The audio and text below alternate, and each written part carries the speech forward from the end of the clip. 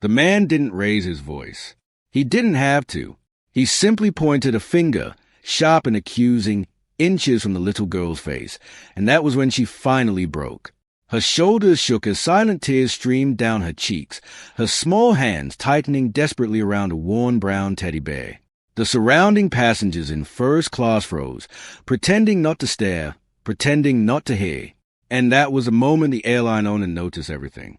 Before we dive in, which country are you watching from? Comment below, and don't forget to subscribe for more true stories. Just minutes earlier, the cabin had felt calm, almost luxurious. The soft hum of the engines, the low murmur of polite conversations, the faint clink of glassware as a flight attendant served drinks. First class always carried a certain rhythm. Quiet confidence, unspoken rules, and invisible boundaries. The man sitting across the aisle looked ordinary. Mid-50s, silver hair, black sweater, no entourage, no signs of wealth or authority. Just another passenger, or so it seemed. His boarding pass read Michael Reed. No one knew he was flying undercover. Michael wasn't just any traveler. He was a majority owner of the airline, someone who had built a career on spreadsheets, safety reports, and boardroom decisions. Recently, complaints had been piling up, allegations of discrimination, unequal treatment, stories dismissed as isolated incidents. So he decided to see it himself. 2 rows ahead sat the girl. She couldn't have been more than 8. Dark curls framing a tired face. A simple floral dress. No parents beside her.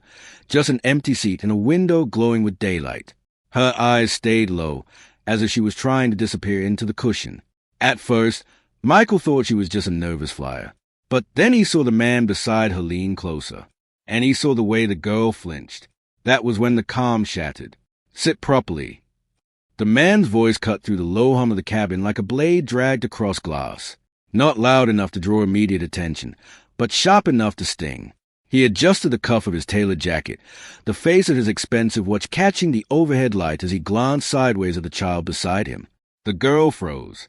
She was small for the seat, her feet barely reaching the edge, a worn teddy bear tucked tight against her chest like armor. Slowly, she shifted her body inward, pressing herself toward the window, as if trying to become smaller. I said, "Sit properly," the man repeated, irritation creeping into every syllable now. He tapped the shared armrest with 2 fingers. Once, twice. "You're taking up too much space." The tap echoed louder than it should have. A flight attendant walked past, heels soft against the carpet, eyes forward. She didn't stop. Maybe she didn't hear. Maybe she did, and chose not to. Michael noticed. He'd been half-focused on a report on his tablet, the kind he'd read 100 times before, but the tension beside him pulled his attention like gravity. He glanced over casually, careful not to make it obvious. The girl whispered something, barely more than breath. "I'm sorry, maybe," or maybe something she'd been taught to say automatically. The man scoffed. "Unbelievable." He leaned back, shaking his head, then muttered, just loud enough to be heard, "You people always get special treatment." His lips curled. "First class isn't a daycare." The words didn't explode. They sank. Heavy, slow, poisonous. The girl's hands tightened around the teddy. Her lower lip trembled as she stared straight ahead, blinking rapidly, trying to trap the tears before they fell. One escaped anyway, sliding silently down her cheek. Michael felt a pressure build behind his eyes, not anger yet. Something colder. Disbelief. The man continued, emboldened by the silence around him. "I paid good money for this seat," he said, louder now, "and I'm not spending this flight next to." He stopped himself, but not fast enough. The implication lingered in the air, unfinished but unmistakable. The girl's shoulders shook. Her crying was soundless, practiced, like she'd learned that noise only made things worse. That's when the man pointed at her. A grown man, pointing. "Stop crying," he snapped. "You're embarrassing yourself." A couple across the aisle shifted uncomfortably. Someone a few rows back cleared their throat. A woman frowned, then looked away. No one spoke. Michael's fingers curled against the armrest. This wasn't dramatic. This wasn't a scene that security rushed in to stop. This was quiet cruelty. The kind that survived because it hides in politeness and inconvenience. The kind that feeds on people convincing themselves it's not their problem. Then the man pressed a call button. The soft ding sounded obscenely cheerful. "I want her moved," he said when the flight attendant arrived. "She doesn't belong here." The attendant hesitated. Her eyes flicked to the girl's tear-streaked face, then away, back to the man's suit, his status, his certainty. "Sir, I'll check," she said quietly. The girl finally looked up, not at the man, at Michael. Her eyes were wide, red, searching, filled with a question so raw it made his chest tighten. "Is anyone going to help me?" And in that moment, Michael knew. If he stayed silent now, he'd be just another passenger who looked away. Michael stood up, not abruptly, not with the urgency of someone looking for attention. He rose with a kind of calm that demanded it anyway. The subtle scrape of his seat drew eyes before he said a word. Conversations faded. The quiet hum of the aircraft seemed suddenly louder. "Is there a problem here?" he asked. His voice was even, steady, polite, almost, but it carried. The man toned, clearly annoyed at the interruption. "Yes," he said flatly. "There's a child seated where she shouldn't be." Michael didn't react right away. He looked past the man, toward the girl. She'd gone still again, her teddy pinned to her chest, her gaze fixed on the screen in front of her though nothing was playing. Her breathing was shallow, uneven. "She has a valid first-class ticket," Michael said. The man scoffed. "So? Her kind always gets upgrades. Some pity story, probably." A few heads snapped up. The cabin didn't just grow quiet. It froze. Michael felt it then. Not shock, recognition. Years of boardroom conversations. Sanitized language. Carefully worded reports that dance around reality. Complaints reduced to bullet points. Patterns softened into coincidences. All of it collapsed into that single sentence. He turned to the flight attendant, who stood frozen beside the row. Has she violated any policy? The attendant swallowed hard. "No, sir." "Has she disturbed anyone?" "No." "Then why are we discussing moving her?" The man laughed sharply, a sound edged with contempt. "Because I said so. That should be enough." Michael nodded once, as if absorbing the statement. Then he stepped closer, not invading space, not threatening, just close enough that the man could no longer dismiss him as background noise. "You are intimidating a child," Michael said. The man's face flushed. "Mind your business." Michael straightened fully now. "It is my business." A ripple of movement passed through the cabin. People leaned forward. Someone lifted a phone but thought better of it. The man sneered. "You don't know who I am." Michael considered him for a moment, not with anger, but with clarity. "You're right," he said quietly. He reached into his jacket pocket. For a split second, the man's eyes flicked downward, expecting a badge, a threat, something theatrical. Michael pulled out a boarding pass. That was all. He handed it to the flight attendant. She took it automatically, and then her expression changed. Her posture stiffened.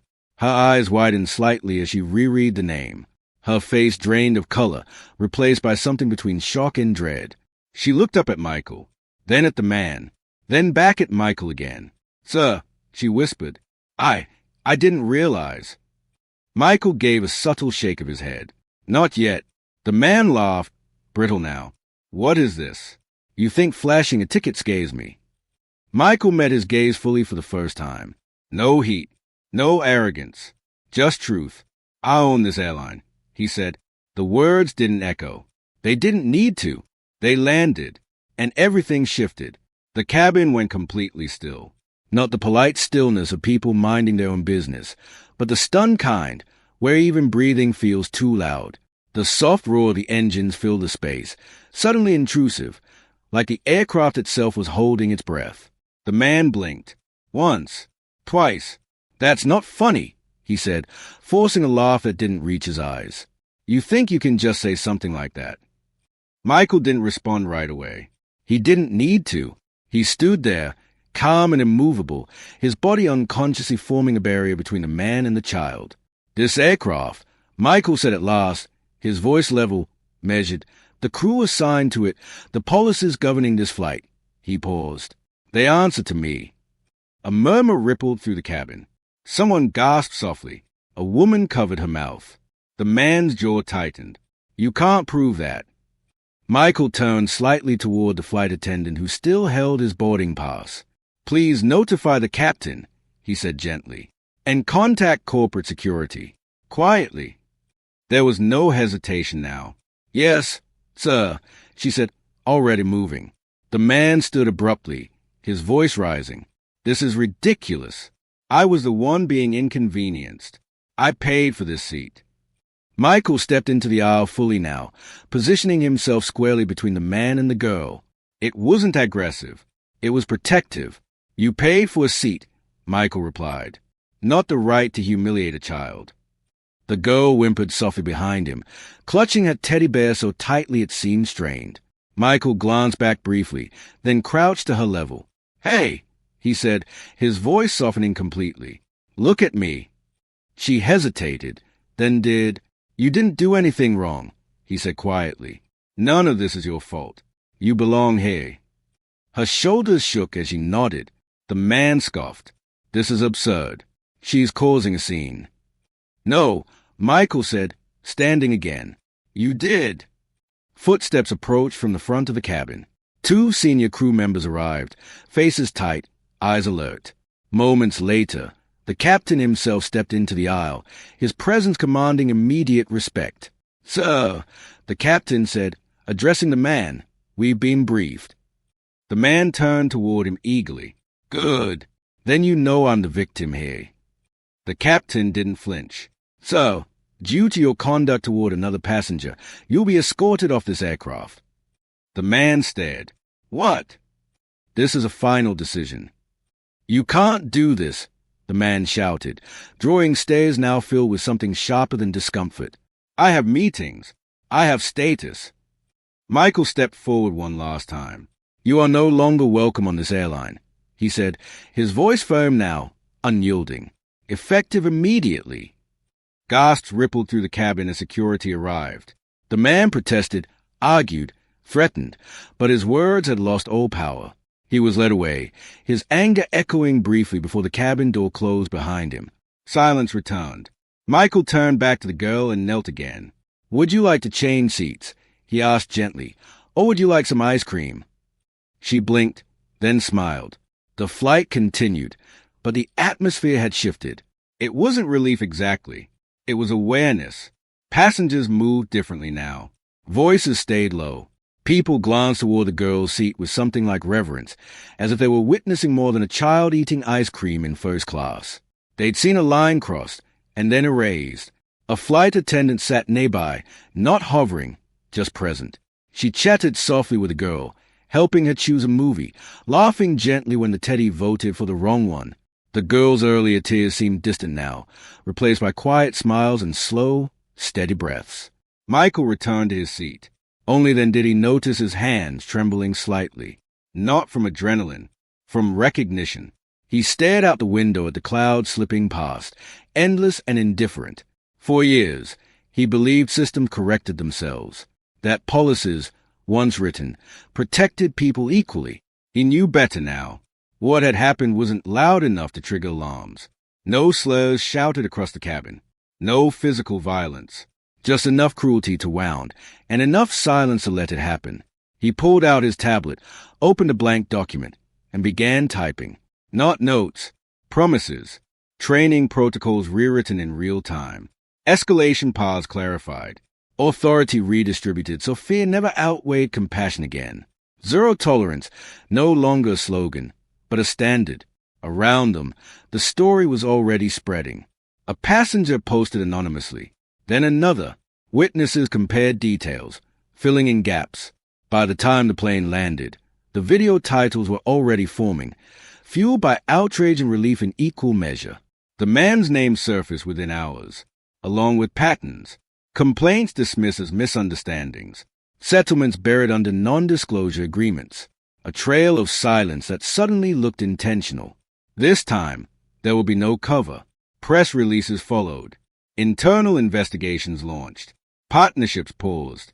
A very public ban enforced. But the most important moment didn't trend.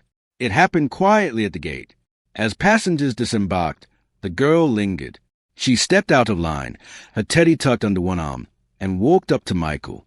"Thank you," she said simply, "for seeing me." The words hit harder than anything else that day. Michael knelt to her level, his voice unsteady. "I should have seen you sooner." She smiled, not shy, not afraid, and walked away, holding her teddy a little higher than before. Michael watched until she disappeared into the crowd. From that day on, he never flew undercover again, because anonymity had been part of the problem. The truth didn't need disguises. It needed witnesses. If you were in my place, what would you have done? Tell us in the comments. And don't forget to subscribe for more true stories like this.